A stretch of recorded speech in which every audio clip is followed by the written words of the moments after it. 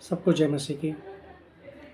आज प्रार्थना के तीसरे भाग में मैं कुछ और बातों को शेयर करना चाहूँगा, आपके साथ बांटना चाहूँगा आप लोगों के साथ कि जब हम प्रार्थना करते हैं तो प्रार्थना करते समय हमारे पास वचन का आधार होना बहुत ज़रूरी है। जब भी हम परमेश्वर के पास जाते हैं और प्रार्थना करने के उद्देश्य से जब हम जाते हैं तो वचन और प्रार्थना दोनों का आधार होना चाहिए। प्रार्थना करते समय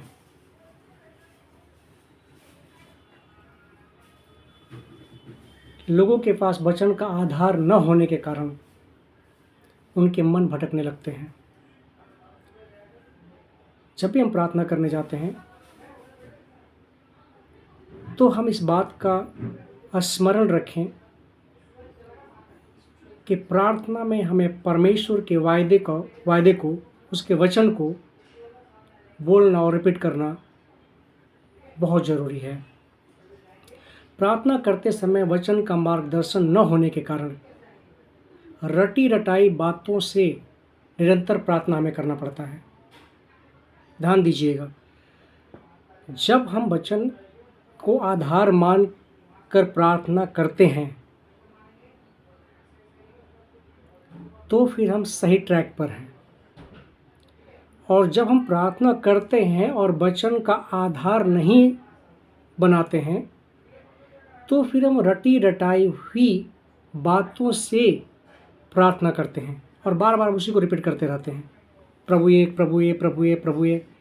लेकिन जब हमारे पास वचन का आधार होता है तब एक सही दिशा हमारे पास होती है, एक सही वायदा होता है परमेश्वर का, और हमें हमेशा सार्थक प्रार्थना करना चाहिए।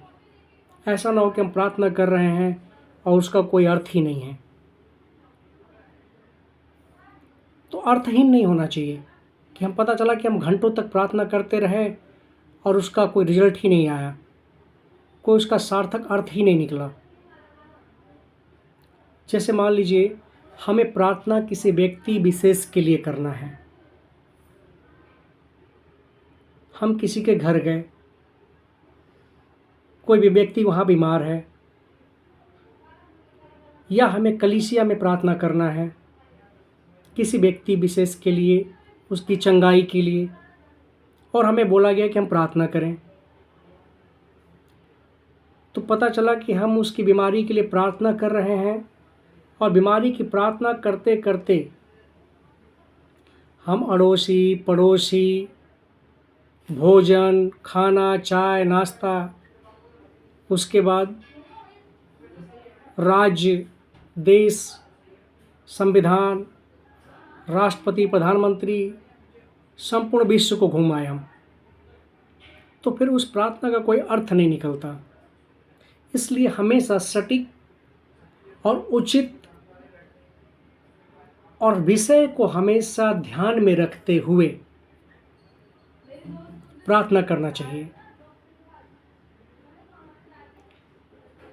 मैं एक ऐसे व्यक्ति को जानता हूँ, वो प्रभु के दास हैं, बहुत समय पहले की बात है, खैर अभी भी वो प्रभु में हैं और प्रभु की सेवा कर रहे हैं।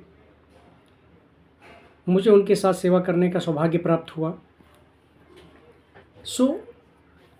मैं कई बार उनके साथ प्रार्थना में गया भी, तो जब भी उनके सामने कोई खाने पीने की चीज़ें रखी जाती थी तो वो खाने पीने की चीज़ों के लिए जब उनको प्रार्थना करने का जब अवसर आता था तो वो खाना, अगर खाना है, डिनर है और प्रार्थना करने की बात है, वो खाना ठंडा हो जाता था।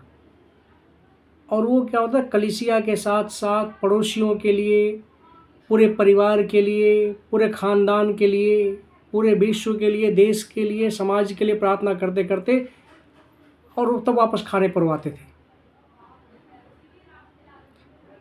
जिसका कोई अर्थ नहीं है।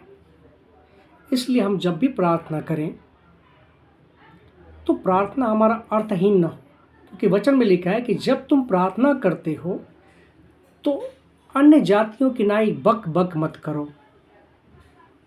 मैं आपके लिए एक वचन पढ़ना चाहूँगा जो लिखा है मत्ती वचन 6:7 में कहता है कि जब तुम प्रार्थना करो तो गैर यहूदियों की तरह अर्थहीन बातें ना दोहराओ। या दिखाने के लिए लोगों को कि मैं परमेश्वर में बहुत अच्छा हूँ या मैं परमेश्वर का दास हूँ और मैं बहुत बड़ी बड़ी प्रार्थनाएं करता हूँ, वो दिखाने के लिए हमारी प्रार्थनाएं नहीं होना चाहिए, बल्कि हमारा प्रार्थना का उद्देश्य परमेश्वर के साथ उन आशीषों को लेना चाहिए, आशीषों को प्राप्त करने का उद्देश्य होना चाहिए, जिसके उद्देश्य के लिए हम प्रार्थना कर रहे हैं। जिस विषय को, जिस सब्जेक्ट को लेकर के हम प्रार्थना कर रहे हैं, उसके रिजल्ट को आने के लिए हमें परमेश्वर से प्रार्थना करनी है, जिसका कोई अर्थ हो, सार्थक शब्द निकले, सार्थक अर्थ निकले। इसलिए हमेशा वचन का उपयोग करें प्रार्थना करते समय। परमेश्वर को उसका वायदा स्मरण दिलाएं और तब परमेश्वर अपने वचन को स्मरण करके आपकी प्रार्थना का उत्तर देंगे, क्योंकि परमेश्वर अपने वचन से बंधा हुआ है। परमेश्वर मनुष्य नहीं कि वो झूठ बोले। यीशु मसीह ने कहा कि जो कुछ तुम मुझसे मेरे नाम से मेरे पिता से मांगोगे वह सब तुम्हें मिलेगा। तो मांगने के लिए भी प्रार्थना करनी पड़ेगी, और जब हम प्रार्थना करेंगे तो हम परमेश्वर को ये वचन याद दिलाएं कि प्रभु, आपके पुत्र यीशु मसीह ने कहा है कि जो कुछ तुम मुझसे मेरे नाम से मेरे पिता से मांगोगे वह सब तुम्हें देगा, कि पुत्र के द्वारा पिता की महिमा हो। तो आप अपने पुत्र की वचन के अनुसार आप अपने वायदे को पूरा करें, और तब वहाँ पर परमेश्वर अपने वचन के अनुसार हमें आशीषित करेंगे, हमारी प्रार्थनाओं का उत्तर देंगे। और ज़रूरी है, और यह महत्वपूर्ण बात है कि जब हम प्रार्थना करें उससे पहले अपने अपराधियों को, यदि कोई व्यक्ति, एक चीज़ और ध्यान रखने वाली बात है कि हम बहुत लंबी लंबी प्रार्थनाएं करते हैं, उपवास करते हैं, फास्टिंग करते हैं, 40 दिन की प्रार्थना, 21 दिन की प्रार्थना करते हैं, और अपने बैरियों को बगैर माफ़ किए, अपने भाइयों को बगैर माफ़ किए, या उन व्यक्तियों को जिन्होंने हमें सताया या परेशान किया या हमें तकलीफ़ पहुंचाए, हमें कष्ट दिया, उन लोगों के प्रति हमें क्षमा का भाव रखना है या पूरी तरह से समाप्त कर देना है। परमेश्वर का वचन कहता है भजन संहिता में कि परमेश्वर हमारे अधर्म के कामों के अनुसार हमें बदला नहीं देता। जैसे आकाश पृथ्वी के ऊपर ऊंचा है, वैसे उसकी करुणा उसके डरवैयों के ऊपर प्रबल है। जैसे पिता अपने बालकों पर दया करता है, वैसे यहोवा अपने डरवैयों पर दया करता है, क्योंकि हमारी सृष्टि जानता है कि मनुष्य मिट्टी ही है, वह घास के समान है।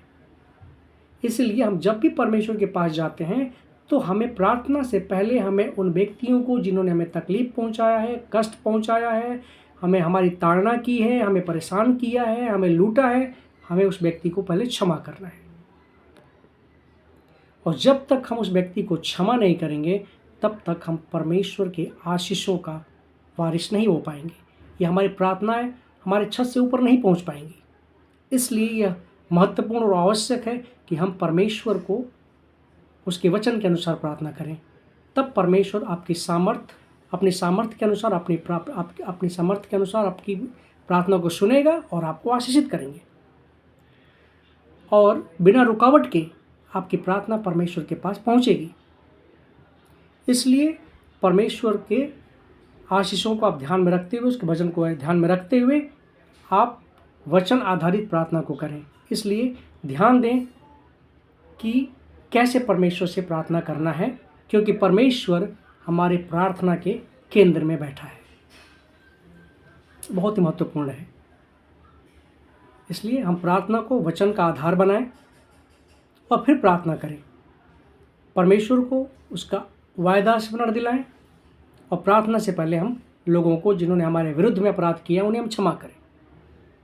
तब जाकर के परमेश्वर की आशीष, उसकी करुणा, उसकी दया हमारे ऊपर पड़ेगी, और हम परमेश्वर के स्वरूप में होंगे और स्वरूप को प्रमाणित करेंगे, और परमेश्वर हमारी प्रार्थनाओं को सुनेंगे और हमें आशीषित करेंगे अपने वायदे के अनुसार, क्योंकि परमेश्वर अपने वचन से बंधा हुआ है।